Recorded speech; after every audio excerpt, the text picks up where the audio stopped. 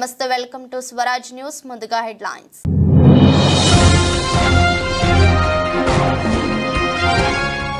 కమలా Harris కు మద్దతుగా Trump విరాళం, సెటైర్లు వేస్తున్న నెటిజన్లు.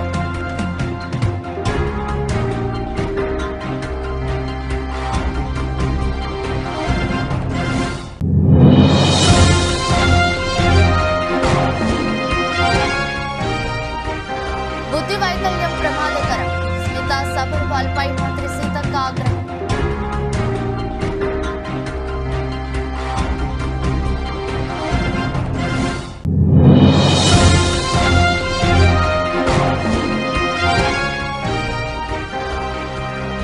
లోక్సభలో బడ్జెట్ ప్రవేశపెట్టిన నిర్మలమ్మ, బడ్జెట్ కు ఆమోదం తెలిపిన కేంద్ర కేబినెట్.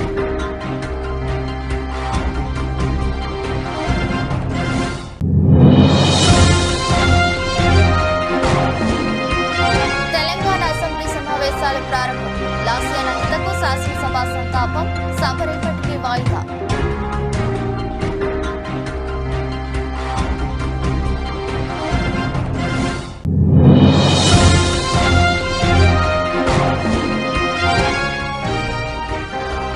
గోదావరి ప్రభుత్వం, భద్రాచలం నుంచి నిలిచిన రాకపోకలు.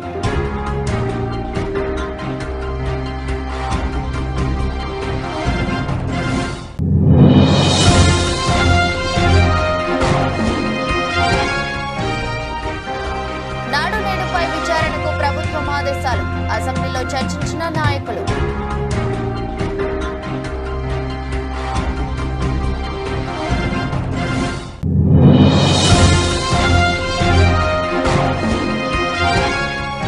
ఐపీఎల్ కు రీ-ఎంట్రీ ఇవ్వనున్న రాహుల్ ద్రావిడ్, మెంటర్ పాత్ర పోషించేందుకు రెడీ అవుతున్న ద్రావిడ్.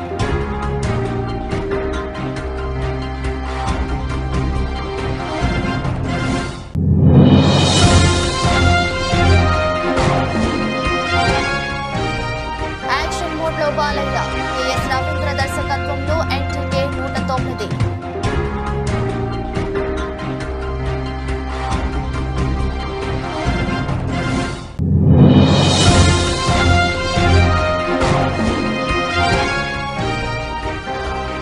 ఫోన్ నెంబర్ అవసరం లేకుండా త్వరలో వాట్సాప్ చాటింగ్, టెస్టింగ్ లో ఉన్న న్యూ ఫీచర్.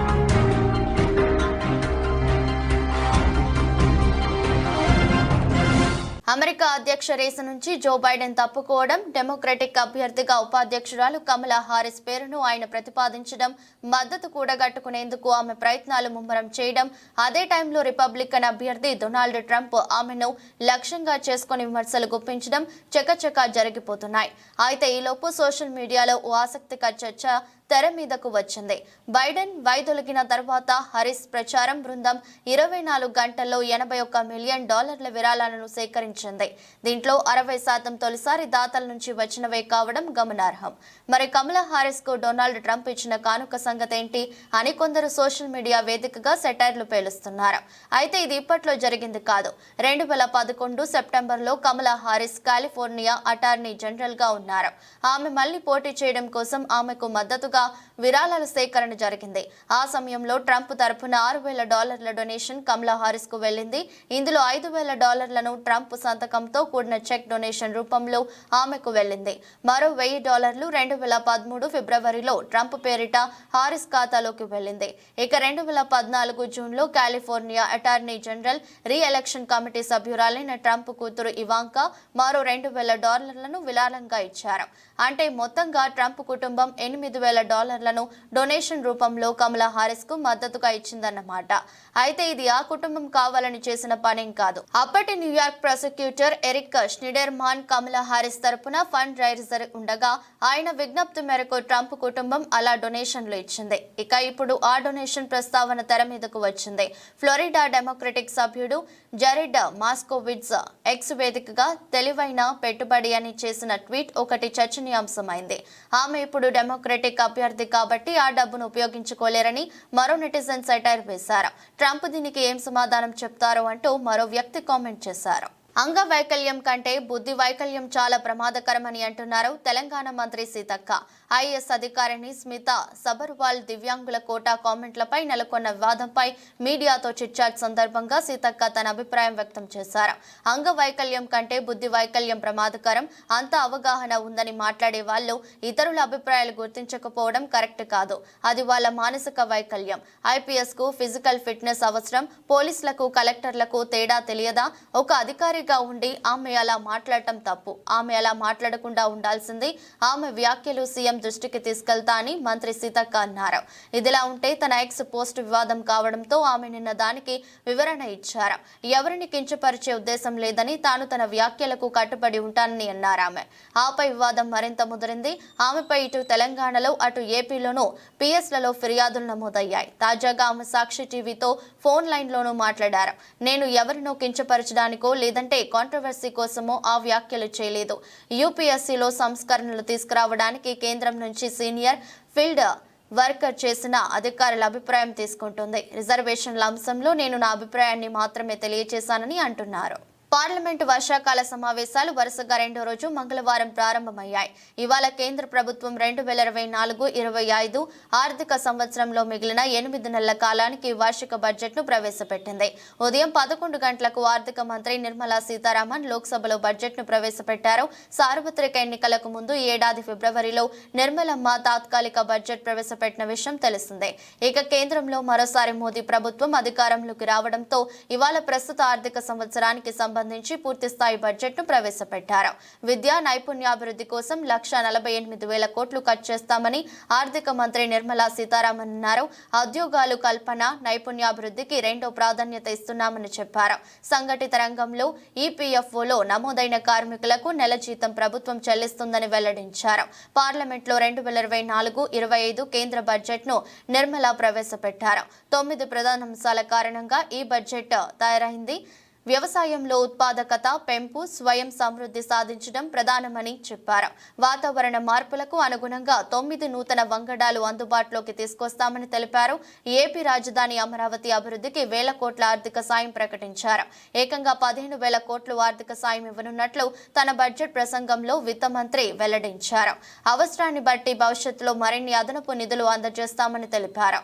అదేవిధంగా ఏపీ ప్రజల కలల ప్రాజెక్ట్ అయిన పోలవరం పూర్తి చేయడానికి కూడా అన్ని విధాల సాయం చేస్తామని ఆర్థిక మంత్రి స్పష్టం చేశారు.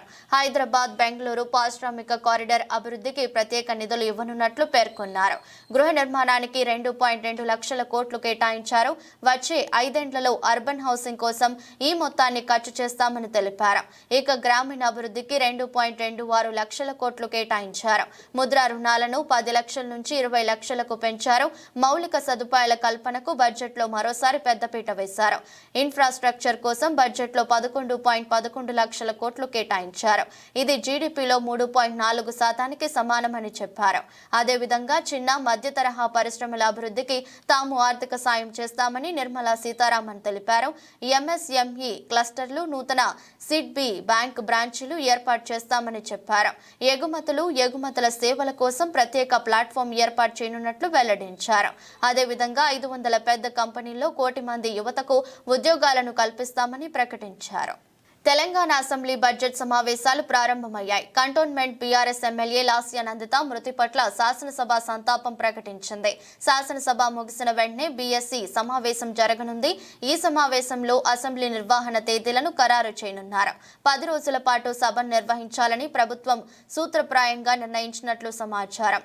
సభ ఉదయం 11 గంటలకు ప్రారంభం కాగా లాస్య నందిత మృతి పట్ల సీఎం రేవంత్ రెడ్డి సంతాప తీర్మానం ప్రవేశపెట్టారు. ఈ సందర్భంగా లాస్య నందిత సేవలను, ఆమె తండ్రి సాయన్న సేవలను రేవంత్ రెడ్డి గుర్తు చేసుకున్నారు.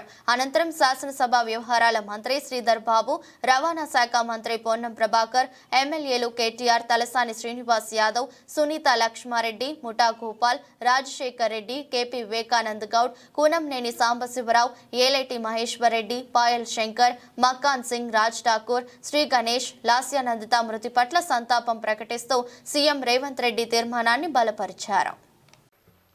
అధ్యక్ష, తమరి అనుమతితో ఈ సంతాప తీర్మానాన్ని ప్రవేశపెడుతున్నాను. తెలంగాణ శాసనసభ సభ్యురాలు కుమారి లాస్యానందిత సాయన్న గారి మృతి పట్ల ఈ సభ తన తీవ్ర సంతాపాన్ని వ్యక్తం చేస్తూ శోకార్తులైన వారి కుటుంబ సభ్యులకు ప్రగాఢ సానుభూతిని తెలియజేస్తున్నది. అధ్యక్ష, 23/2/2024 నాడు సికింద్రాబాద్ కంటోన్మెంట్ శాసనసభ్యురాలు కుమారి లాస్యనందిత సాయన్న గారి ఆకస్మిక మరణం పట్ల ఈ సభ తీవ్ర సంతాపాన్ని వ్యక్తం చేసింది. ఇలాంటి బాధాకరమైన తీర్మానం నేను ప్రవేశపెట్టాల్సి వచ్చినందుకు నేను చింతిస్తున్నాను. కుమారి లాస్యనందిత సాయన్న గారి నాన్నగారైన కీర్తిశేషులు సాయన్న గారు నాకు అత్యంత సన్నిహితులు, ఆప్తులు. చాలా సంవత్సరాలు మేము కలిసి ప్రజాప్రతినిధులుగా ప్రజాక్షేత్రంలో పనిచేయడం జరిగింది. సాయన్న గారు అత్యంత సామాన్యమైన కుటుంబంలో 1951 వల్లభానగర్ నిజామాబాద్ జిల్లాలో జన్మించి కష్టపడి వారు 5 సార్లు శాసనసభ్యుడిగా ప్రజా జీవితంలో కంటోన్మెంట్ బోర్డు మెంబర్గా కంటోన్మెంట్ ప్రాంత ప్రజా సమస్యల పరిష్కారంలో వారు ఎనలేని కృషి చేసిండ్రు. వారు సిట్టింగ్ శాసనసభ్యుడిగా ఉన్నప్పుడే ప్రజా జీవితంలోనే వారు మరణించడం జరిగింది. ఆ తర్వాత వారిచ్చిన వారసత్వాన్ని, వారు నెరవేర్చాల్సిన బాధ్యతలను, వారిని అభిమానించిన ప్రజల కోసం కుమారి లాస్యనందిత కూడా భద్రాచలం వద్ద గోదావరి నది మహా ఉగ్రరూపం దాల్చింది. ఎగువ ప్రాంతాల నుంచి భారీగా వరద వస్తుండటంతో నదీ ప్రవాహం కాంరేపి పెరుగుతున్నది. మంగళవారం ఉదయం 8 గంటలకు నదీ ప్రవాహం 51.60 అడుగుల స్థాయికి చేరుకుంది. దీంతో అధికారులు రెండో ప్రమాద హెచ్చరికను కొనసాగిస్తున్నారు. 53 అడుగులకు చేరితే మూడో ప్రమాద హెచ్చరిక జారీ చేయనున్నారు. రామయ్య పాదల చెంత నది ఉధృతంగా ప్రవహిస్తుండటంతో వరద నీరు కరకట్ట పనుల వద్దకు చేరింది. భద్రాచలం పట్టణంలోని కొత్త కాలనీలోకి క్రమంగా వరద నీరు చేరుతుంది. భద్రాచలం కూనవరం రోడ్డుపైకి వరద నీరు చేరింది. దీంతో భద్రాచలం నుంచి విలీన మండలాలకు వాహనాల రాకపోకలు నిలిచిపోయాయి. భద్రాచలం శివారులు ఛత్తీస్గఢ్, ఒడిశా, ఆంధ్రప్రదేశ్ వెళ్లే వాహనాలు వందల సంఖ్యలో ఆగిపోయాయి. ఒక దుమ్ముగూడెం మండలం తూరబాక వద్ద రోడ్డుపై నీరు ప్రవహిస్తుండటంతో దుమ్ముగూడెం చర్ల వెళ్లే రహదారులు రాకపోకలకు అంతరాయం ఏర్పడింది. ముందు జాగ్రత్త చర్యగా లోతట్టు ప్రాంతాల ప్రజలను అధికారులు పునరావాస కేంద్రాలకు తరలించారు. నాడు నేడుపై విచారణకు ప్రభుత్వం ఆదేశాలు జారీ చేసింది. ఎక్కడ ఏం జరిగిందో తెలుసుకోవాలంటే విచారణ అవసరం అంటుంది విద్యాశాఖ మంత్రి నారా లోకేష్ అన్నారు. వచ్చే విద్యా సంవత్సరం నాటికి స్కూల్స్ అన్నిటిలో ఉపాధ్యాయులు ఉంటారన్నారు. 117 జీవోపై కూడా త్వరలో నిర్ణయం తీసుకుంటామన్నారు. పాఠశాలల్లో విద్యార్థులు తాకిన అంశంపై కూడా విచారణ చేస్తామన్నారు. అసెంబ్లీలో ప్రశ్నోత్తరాలు ప్రారంభమయ్యాయి. నాడు నేడు కార్యక్రమంలో పాఠశాలల ఆధునీకరణపై తాడికొండ ఎమ్మెల్యే తెనాలి శ్రవణ్ కుమార్ ప్రశ్న అడిగారు. అనేక పాఠశాలల్లో నాసిరకం పనులు చేశారని, అనేక పనుల్లో అవకతవకలు జరిగాయని బహిరంగంగానే చెప్పారన్నారు. సీఎం చంద్రబాబు నాయుడు ప్రారంభించిన పి గన్నవరం పాఠశాలలో చేపట్టిన పనుల్లోనే అవకతవకలు జరిగాయని, ఈ విషయాన్ని సాక్షాత్తు విద్యాశాఖ ప్రిన్సిపల్ సెక్రటరీ రాజశేఖర్ స్వయంగా చెప్పారన్నారు. నాడు నేడు పనుల్లో దోపిడీ జరిగిందని, గుంటూరు జిల్లాలో నిధులు ఇవ్వకుండా పనులు చేపట్టారన్నారు. సరైన ప్లే గ్రౌండ్స్ స్కూల్లో లేవని, ఉన్న పిల్లలకి సరైన సౌకర్యాలు లేవని ఉండి ఎమ్మెల్యే రఘురామకృష్ణంరాజు తెలిపారు. ప్రజలే ప్రాంగణాన్ని శుభ్రం చేస్తున్నారన్నారు. డిప్యూటీ సీఎం పవన్ కళ్యాణ్ తో టి లోకేష్ తో అరకు కాఫీ తాగితే కూడా కొంతమంది పాఠశాలలకు నిధులు వస్తాయంటున్నారని, వెంటనే ఆ కార్యక్రమం చేపట్టాలన్నారు. నాడు నేడు పథకంలో పాఠశాలల్లో పనులు చేయకుండా బిల్లులు డ్రా చేశారని ధూళిపాల నరేంద్ర అన్నారు. దీనిపై సమగ్ర విచారణ చేయాలన్నారు. పేద పిల్లలు చదువుకునే స్కూళ్లలో పనుల్లో కూడా కక్కుర్తికి పాల్పడ్డారని ఏలూరి సాంబశివరావు అన్నారు. దీనిపై నారా లోకేష్ మాట్లాడుతూ నాడు నేడుపై విచారణకు ప్రభుత్వం ఆదేశాలు జారీ చేసిందని, ఎక్కడ ఏం జరిగిందో తెలుసుకోవాలంటే విచారణ చేయాల్సిన అవసరం ఉందన్నారు. వచ్చే విద్యా సంవత్సరం నాటికి పాఠశాలలన్నిటిలో ఉపాధ్యాయులు ఉంటారని నారా లోకేష్ పేర్కొన్నారు. మొదటి ప్రశ్నకి సమాధానం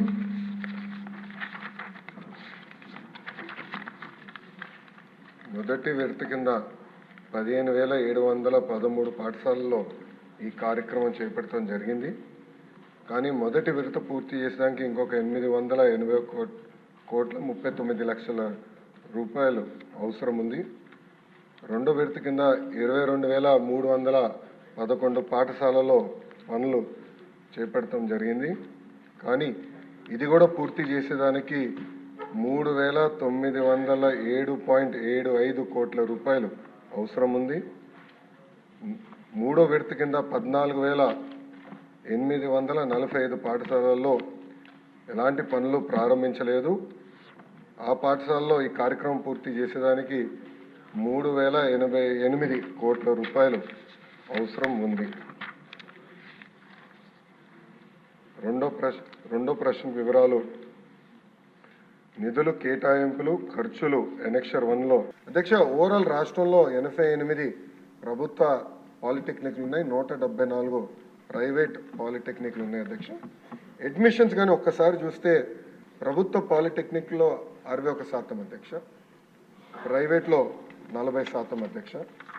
ఇంకో పక్కన అధ్యక్ష మీరు చూస్తే పాలిటెక్నిక్స్కి వచ్చే గల తెలుగుదేశం పార్టీ అధికారంలో ఉన్న రోజులు మినిమం 80% ఉండేది అడ్మిషన్. టీమిండియా మాజీ కోచ్ రాహుల్ ద్రావిడ్ ఇప్పుడు మళ్లీ ఐపీఎల్ పై కన్నేసినట్లు తెలుస్తోంది. భారత సీనియర్ క్రికెట్ జట్టుకు కోచింగ్ బాధ్యతల నుంచి ఇటీవల తప్పుకున్న రాహుల్ ద్రావిడ్ ఇప్పుడు ఐపీఎల్లో మెంటర్ పాత్ర పోషించేందుకు రెడీ అవుతున్నట్లు తెలిసిందే. కోల్కతా నైట్ రైడర్స్ ఫ్రాంచైజీతో జత కలిసేందుకు ద్రావిడ్ ఆసక్తిగా ఉన్నట్లు తొలుత వార్తలు వ్యాపించాయి. గంభీర్ స్థానంలో ద్రావిడ్ బాధ్యతలు నిర్వహిస్తున్నట్లు భావించారు. కానీ ఆ జట్టుతో కలిసేందుకు రాహుల్ ద్రావిడ్ ఇంట్రెస్టింగ్ గా లేనట్లు తెలుస్తోంది. అయితే ద్రావిడ్ ప్రస్తుతం రాజస్థాన్ రాయల్స్ తో చర్చల్లో ఉన్నట్లు న్యూస్ అందుతోంది. నిజానికి టీమిండియా జట్టుకు కోచింగ్ బాధ్యతలు కొనసాగించేందుకు ద్రావిడ్ ఆసక్తిగా లేడు. ఏడాదికి 10 నెలలు జట్టుతో గడపాల్సి వస్తున్న కారణంగా అతను హెడ్ కోచ్ గా కొనసాగేందుకు నిరాకరించాడు. కానీ ఇండియన్ ప్రీమియర్ లీగ్ లో ఏదైనా ఫ్రాంచైజీతో లింక్ కోసం ద్రావిడ్ ప్రయత్నిస్తున్నాడు. ఐపీఎల్ అయితే కేవలం 2 లేదా 3 నెలలు సరిపోతుందని ద్రావిడ్ అంచనా వేస్తున్నట్లు తెలుస్తోంది. గతంలోనూ ఐపీఎల్ జట్లకు మెంటర్ గా కోచ్ గా ద్రావిడ్ చేశాడు. ఢిల్లీ డేర్ డెవిల్స్ కు కోచ్ గా చేశాడు. 2017లో ఆ ఫ్రాంచైజీని అతను వదిలేశాడు. ఐపీఎల్ కెరీర్ తర్వాత అతను భారత జూనియర్ జట్టు, అండర్-19, ఇండియా ఏ జట్లకు కోచ్ గా చేశాడు. టీమిండియా జట్టుకు కోచ్ గా బాధ్యతలు చేపట్టడానికి ముందు వరకు బెంగళూరులోని నేషనల్ క్రికెట్ అకాడమీ హెడ్ గా చేశాడు. ఇక ఇప్పుడు ఐపీఎల్ లో రాజస్థాన్ రాయల్స్ కు కోచింగ్ బాధ్యతలు చేపట్టే అవకాశాలు ఉన్నట్లు వార్తలు వస్తున్నాయి. Tell us a little about it. The raw emotions must be there within the team today. Yeah, it's. I mean, I'm not usually short of words, but I really have felt really short of words over the last few hours. I just could not be more prouder for this team. The way we've had to fight in difficult situations, and even today, I think was a great testament to the fight in the team to lose 3 wickets in the first 6, to be in the kind of position we were in with 30 balls to go. But we never kept, the boys just kept fighting, they kept believing, and I think it's just a great credit to them. And, as a part of the coaching staff and as a member of the coaching staff, I just feel that, I feel really grateful because, we're getting to enjoy these moments because of what they have done in a pressure situation. So, yeah, it was just phenomenal. It's just lovely to be a part of a dressing room like this. And hat trick విజయాల తర్వాత బాలకృష్ణ చేస్తున్న cinema ఎన్టీకే 109. K S Ravindra దర్శకత్వంలో సూర్యదేవర, నాగవంశీ, సాయి సౌజన్య కలిసి నిర్మిస్తున్న ఈ చిత్రంలో ప్రజ్ఞ జైస్వాల్ కథానాయికగా నటిస్తున్న విషయం తెలిసిందే. ఏపీ ఎన్నికల కారణంగా కొన్ని నెలల పాటు వాయిదా పడ్డ ఈ సినిమా షూటింగ్ మళ్లీ మొదలైంది. శరవేగంతో ఈ సినిమాను చిత్రీకరిస్తున్నారు దర్శకుడు బాబీ. ప్రస్తుతం ఈ సినిమా షూటింగ్ రాజస్థాన్ లో జరుగుతుంది. ఇక్కడ బాలయ్యపై భారీ యాక్షన్ ఎపిసోడ్స్ ని చిత్రీకరిస్తున్నట్టు తెలుస్తోంది. బాలయ్య, బాబీ డియోల్ గ్యాంగ్ నడుమ సాగే ఈ యాక్షన్ ఎపిసోడ్ సినిమాకే హైలైట్ గా నిలుస్తాయని ఫిల్మ్ వర్గాల సమాచారం. ఇప్పటికే విడుదలైన ప్రచార చిత్రాలు అభిమానుల్ని బాగా కట్టుకున్నాయి. ఈ సినిమాకు వీరమాస్ అనే టైటిల్ మొదట్లో అనుకున్నారు. కానీ అభిమానుల భిన్న అభిప్రాయాలు రావడంతో ఆ టైటిల్ ని మార్చే యోచనలో చిత్ర బృందం ఉన్నట్టు తెలుస్తోంది. దమన్ స్వరాలు అందిస్తున్న ఈ చిత్రం విడుదల తేదీపై క్లారిటీ రావాల్సి ఉంది. ఇన్స్టెంట్ మెసేజింగ్ యాప్ వాట్సాప్ యూజర్లు సౌకర్యార్థం రోజుకు ఫీచర్ తీసుకొస్తుంది. వస్తుంది. తాజాగా యాప్ కోర్ ఫీచర్లో కీలక మార్పు తీసుకురాబోతుంది. సాధారణంగా మొబైల్ ఫోన్ ఆధారంగా వాట్సాప్ పనిచేస్తుంది, కానీ ఇప్పుడు ఆ అవసరం లేదని వాబిటా ఇన్ఫో తెలుపుతోంది. యూజర్లు తమ ప్రొఫైల్స్ కోసం విశ్వజనిన యూజర్ నేమ్ క్రియేట్ చేసుకుని వాట్సాప్ అకౌంట్ ఓపెన్ చేయొచ్చు. ఈ యూజర్ నేమ్స్ తో ప్రతి ఒక్కరూ తమ వాట్సాప్ ఖాతాలను తెరవడంతో పాటు వాటిల్లో చాటింగ్ చేయొచ్చు. అయితే ఇది ప్రస్తుతానికి వాట్సాప్ వెబ్ యూజర్లకు మాత్రమే అందుబాటులో ఉంటుంది. అభివృద్ధి దశలో ఉన్న ఈ ఫీచర్ రిఫైన్ చేసిన తర్వాత వాట్సాప్ వెబ్ న్యూ ఇంటర్ఫేస్ ను ప్రదర్శిస్తోంది.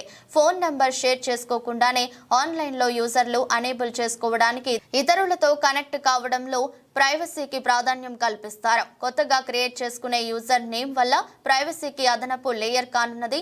అటువై మీ వ్యక్తిగత సమాచారానికి మరింత రక్షణ లభిస్తుందని చెప్తున్నారు. ప్రస్తుతం అభివృద్ధి దశలో ఉన్న ఈ ఫీచర్ త్వరలో యూజర్లకు అందుబాటులోకి రానుంది. మచిలీపట్నంలో విధులు నిర్వహించుకుని వస్తున్న మాజీ ఎమ్మెల్యే కొడాలి నాని, మాజీ పిఏ లక్ష్మోజీని గుర్తు తెలియని వ్యక్తులు రైల్వే స్టేషన్ వద్ద సిఎస్ఐ చర్చ్ రోడ్డులో దాడి చేశారు. తీవ్రంగా గాయాలు పాలైన లక్ష్మోజీని గుడివాడ ప్రభుత్వ ఏరియా ఆసుపత్రికి తరలించారు. మెరుగైన వైద్యం కోసం విజయవాడ తరలించారు. రంగారెడ్డి జిల్లా శంషాబాద్ మున్సిపాలిటీ పరిధిలోని సిద్ధాంతి బస్తీలో దారుణం చోటు చేసుకుంది. అన్యం పుణ్యం ఎరుగని 4 సంవత్సరాల చిన్నారిపై ఓ కామాంధుడు అత్యాచారం చేసేందుకు ఒడిగట్టాడు. సభ్య సమాజం సిగ్గుపడేలాంటి ఈ దారుణమైన ఘటనకు సంబంధించిన స్థానికులు తెలిపిన వివరాల ప్రకారం మహబూబ్ నగర్ ప్రాంతానికి చెందిన ఆంజనేయులు అనే యువకుడు కొంతకాలం క్రితం బ్రతుకు తెరువు కోసం శంషాబాద్ వచ్చాడు. సిద్ధాంతి బస్తీలోని ఓ ఇంట్లో అద్దెకు ఉంటూ సెక్యూరిటీ గార్డుగా ఉద్యోగం చేస్తున్నాడు. అయితే ఇతడు ఉంటున్న భవనంలోనే చిన్నారి తల్లిదండ్రులు అద్దెకు ఉంటున్నారు. చిన్నారి తల్లిదండ్రులు లేని సమయం చూసిన కామాంధుడు చిన్నారికి మాయమాటలు చెప్పి తాను ఉంటున్న గదిలోకి తీసుకెళ్లాడు. అన్యం పుణ్యం ఎరుగని చిన్నారిపై అత్యాచారం చేసేందుకు ప్రయత్నించాడు. దీంతో చిన్నారి అరుపులు కేకలు వేయడంతో భయపడి బయటకు పరుగులు తీశాడు నిందితుడు. చుట్టుపక్కల వాళ్ళు వచ్చి చూసేసరికి చిన్నారి ఎక్కి ఎక్కి ఏడుస్తూ ఏం జరిగిందో చెప్పడం కూడా రాక దిక్కులు చూస్తూ ఉండిపోయింది. గమనించిన స్థానికులు నిందితుడు ఆంజనేయులకు దేహశుద్ధి చేసి పోలీసులకు అప్పగించారు. సభ్య సమాజం సిగ్గుపడేలా ఘటన పునరావృతం కాకుండా నిందితుడికి కఠిన చర్యలు తీసుకోవాలని స్థానికులు పోలీసులను వేడుకుంటున్నారు. జాతీయ ప్రాజెక్టు పోలవరం నిర్మాణం పూర్తయితే భారతదేశంలోని 6 రాష్ట్రాలకు ప్రయోజనం చేకూరుతోంది. గత ప్రభుత్వ హయాంలో పోలవరం నిర్మాణ పనుల్లో తీవ్ర జాప్యం జరిగింది. ఆంధ్రప్రదేశ్ రాష్ట్ర ముఖ్యమంత్రి నారా చంద్రబాబు నాయుడు మిషన్ మోడ్ కింద పోలవరం ప్రాజెక్టును తిరిగి ట్రాక్ లో తీసుకురావడానికి నిర్ణయాత్మకమైన చర్యలు తీసుకుంటున్నారు. పోలవరం ప్రాజెక్టు నిర్మాణం త్వరగా పూర్తయ్యేందుకు కేంద్రం భారీగా నిధులు విడుదల చేయాలని విజయవాడ ఎంపీ కేశినేని శివనాథ్ సోమవారం లోక్సభలో రూల్ 377 కింద పోలవరం ప్రాజెక్టు అంశంపై మాట్లాడారు. అలాగే గత ప్రభుత్వం పోలవరం ప్రాజెక్టు నిర్మాణ పనుల విషయం ఎంత జాప్యం చేసిందో వివరించారు. జగన్ ప్రభుత్వం గత 5 ఏళ్లలో పోలవరం ప్రాజెక్టుకి సంబంధించి సివిల్ పనులు 3.84%, భూసేకరణ పనులు 3.89% జరిగినట్లు తెలిపారు. 2014-19 మధ్య టీడీపీ ప్రభుత్వ హయాంలో పోలవరం ప్రాజెక్టు నిర్మాణానికి సంబంధించి సివిల్ పనులు 71.93%, భూసేకరణ పునరావాసం 18.66% పూర్తి చేసినట్లు తెలియజేశారు. రాష్ట్ర ముఖ్యమంత్రి నారా చంద్రబాబు నాయుడు గాడి తప్పిన పోలవరం నిర్మాణ పనులు గాడిలో పెట్టేందుకు ప్రతి సోమవారాన్ని పోలవరం డేగా ప్రకటించినట్లు చెప్పారు. పోలవరం నిర్మాణ పనులు వేగవంతంగా జరిగేందుకు సకాలంలో పూర్తి చేసే విధంగా ప్రతి సోమవారం సమీక్ష చేస్తారని వివరించారు. माननीय श्री केशिनेनी शिवनाथ जी. Thank you, madam. I represent from Vijayawada Parliament of Andhra Pradesh. The Polavaram irrigation project is a true national project that will benefit 6 states in India. This project witnessed remarkable progress under the leadership of Chandrababu Naidu. By 2019, an impressive 71.93% of civil works and 18.66% of land acquisition and resettlement has been completed. However, from 2019 until May 2024, during the tenure of previous government in Andhra Pradesh, only 3.84% of civil works and 3.89% of land acquisition tasks were accomplished. Now, with a mission of model approach, the current Andhra Pradesh government has taken a decisive step to get Polavaram project back to track. The Chief Minister has declared every Monday a Polavaram Day. This approach promises accelerated progress and timely completion. Thus, we honestly urge Medchal జిల్లా Dammaiguda municipal కార్యాలయంలో ACB దాడిలో 50,000 రూపాయలు లంచం తీసుకుంటుండగా red handed గా municipal commissioner రాజమల్లయ్యని పట్టుకున్నామని ACB అధికారులు తెలిపారు. హైమద్గూడ చెందిన వ్యక్తి భవన్ నిర్మాణంకై మున్సిపల్ కమిషనర్ కు సంప్రదించగా బాధితుడు చెప్పిన వివరాల ప్రకారం భవన్ నిర్మాణంకై 60,000 అడిగాడని 50,000 రూపాయలకి ఒప్పందం కుదిరిందని మొదట 20,000 రూపాయలు ఇచ్చానని మిగతా 30,000 రూపాయలు మున్సిపల్ కమిషనర్ రాజమల్లయ్యకు ఇస్తుండగా రెడ్ హ్యాండెడ్ గా పట్టుకుని మున్సిపల్ కార్యాలయంలో సోదాలు నిర్వహించారు ఏసీబీ అధికారులు. డిఎస్పీ రంగారెడ్డి రేంజ్ అయితే దీంట్లో సుదర్శన్ గారు అని చెప్పేసి అహ్మద్ నగర్ తీసరా మండలంలో ఉంటారు. ఆయన ఒక కంప్లైంట్ చేయడం జరిగిందండి. ఆయనకి వాళ్ళ నేబర్ ఒక అతను ఉన్నాడు. వాళ్ళకి మధ్యలో ఒకటి ల్యాండ్ డిస్ప్యూట్ జరుగుతాం. ఆల్మోస్ట్ ఒక 3 గుంటల ల్యాండ్ గురించి వాళ్ళకి డిస్ప్యూట్ జరుగుతుందని కంప్లైంట్ తెలిపినాడు. అయితే ఇందులో భాగంగా వీళ్ళిద్దరి మధ్యలో ఉన్న డిస్ప్యూట్లో భాగంగా వాళ్ళ నేబర్ ఎవరైతే ఉన్నారో ఆ నేబర్ ఒక ల్యాండ్ కాంపౌండ్ వాల్ని వీళ్ళ ల్యాండ్లో కట్టినాడని చెప్పేసి, ఆ ల్యాండ్లో ఏదైతే కట్టినాడో అది గవర్నమెంట్ ల్యాండ్ అని చెప్పేసి ఈ యొక్క కంప్లైంట్ రాజమల్లయ్య మున్సిపల్ కమిషనర్ గారిని అప్రోచ్ చేయడం జరిగింది. ఆయనకు ఫిర్యాదు చేశారనమాట. సో ఆ ఫిర్యాదుని బేస్ చేసుకొని ఇతను వెరిఫై చేసుకున్న తర్వాత ఆ యొక్క కాంపౌండ్ వాల్ ఏదైతే ఉందో దాన్ని డిస్మాంటిల్ చేయడం జరిగింది. అయితే ఆ డిస్మాంటిల్ చేసిన తర్వాత మళ్ళీ అతని నైబర్ ఏం చేశాడంటే ఒకటి మళ్ళీ రీకన్స్ట్రక్ట్ చేసి మళ్ళీ స్టేటస్ కో అనే ఆర్డర్ ఒకటి తీసుకొని నాట్ టు డిస్మాంటిల్ అనే order junior civil judge court నుంచి తెచ్చుకున్న తర్వాత ఆర్డర్ని కాకినాడ జిల్లా పుదుచ్చేరి యానంలో ఒక పక్క గోదావరి నీటి మట్టం పెరుగుతున్నప్పటికీ మరోపక్క పర్యాటకులు సందర్శకులకు అనుమతి ఇచ్చిన యానం ప్రభుత్వ అధికారులు.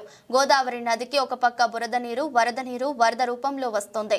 మరోపక్క పులస చేపల సందడి అమ్మకం జోరుగా సాగుతుంది. సుమారు 6,000 నుంచి 10,000 రూపాయల వరకు ఒక చేప ఖరీదు పలుకుతుంది. ఈ వరదల వలన తినడానికి తిండి లేక ఇబ్బందులు పడుతున్న మత్స్యకారులను యానం ప్రభుత్వం ఆదుకోవాలని కొందరు మత్స్యకారులు తెలియజేశారు. వరదలు ఇబ్బందులు కారణంగా వేటకు వెళ్లలేని పరిస్థితులలో ప్రభుత్వం సదుపాయాలు కల్పించాలని మత్స్యకారులు విన్నవించుకున్నారు. ఈ సంవత్సరానికి వస్తాయండి. అంటే గోదావరి చేపలు మురికికే సంవత్సరానికి వస్తుంది. పులుసులమ్మైనా సరే పులుసులు కొనాలని చెప్తారు కదా. పెద్దలు చేప తింటారండి. పులుసులమ్మైనా పులుసు కూర అనుకుంటారు. వార్తలు ముగించే ముందు మరోసారి హెడ్లైన్స్.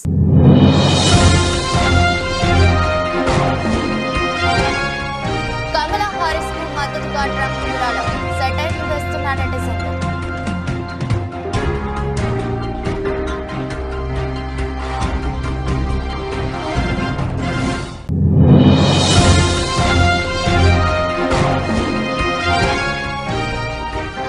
బుద్ధి వైకల్యం ప్రమాదకరం, స్మితా సబర్వాల్ పై మంత్రి సీతక్క ఆగ్రహం.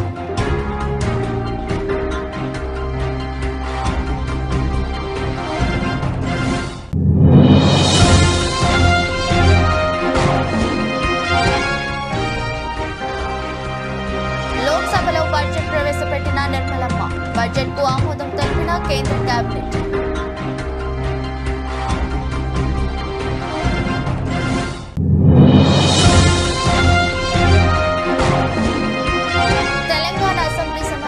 ప్రారంభం, లాస్యానంతకు శాసనసభ సంతాపం, సభ రేపటికి వాయిదా.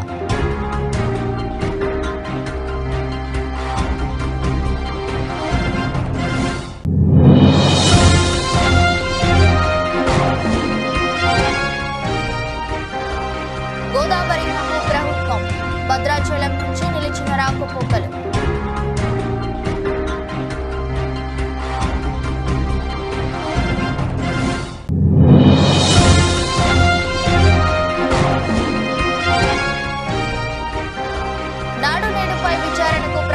ఆదేశాలు, అసెంబ్లీలో చర్చించిన నాయకులు.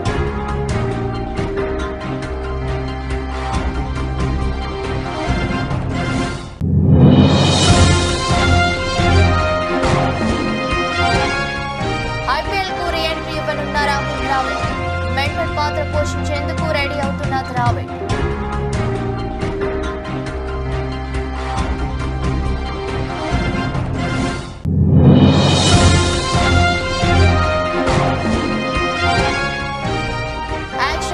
బాలయ్య, కెఎస్ రవీంద్ర దర్శకత్వంలో ఎన్టీకే 190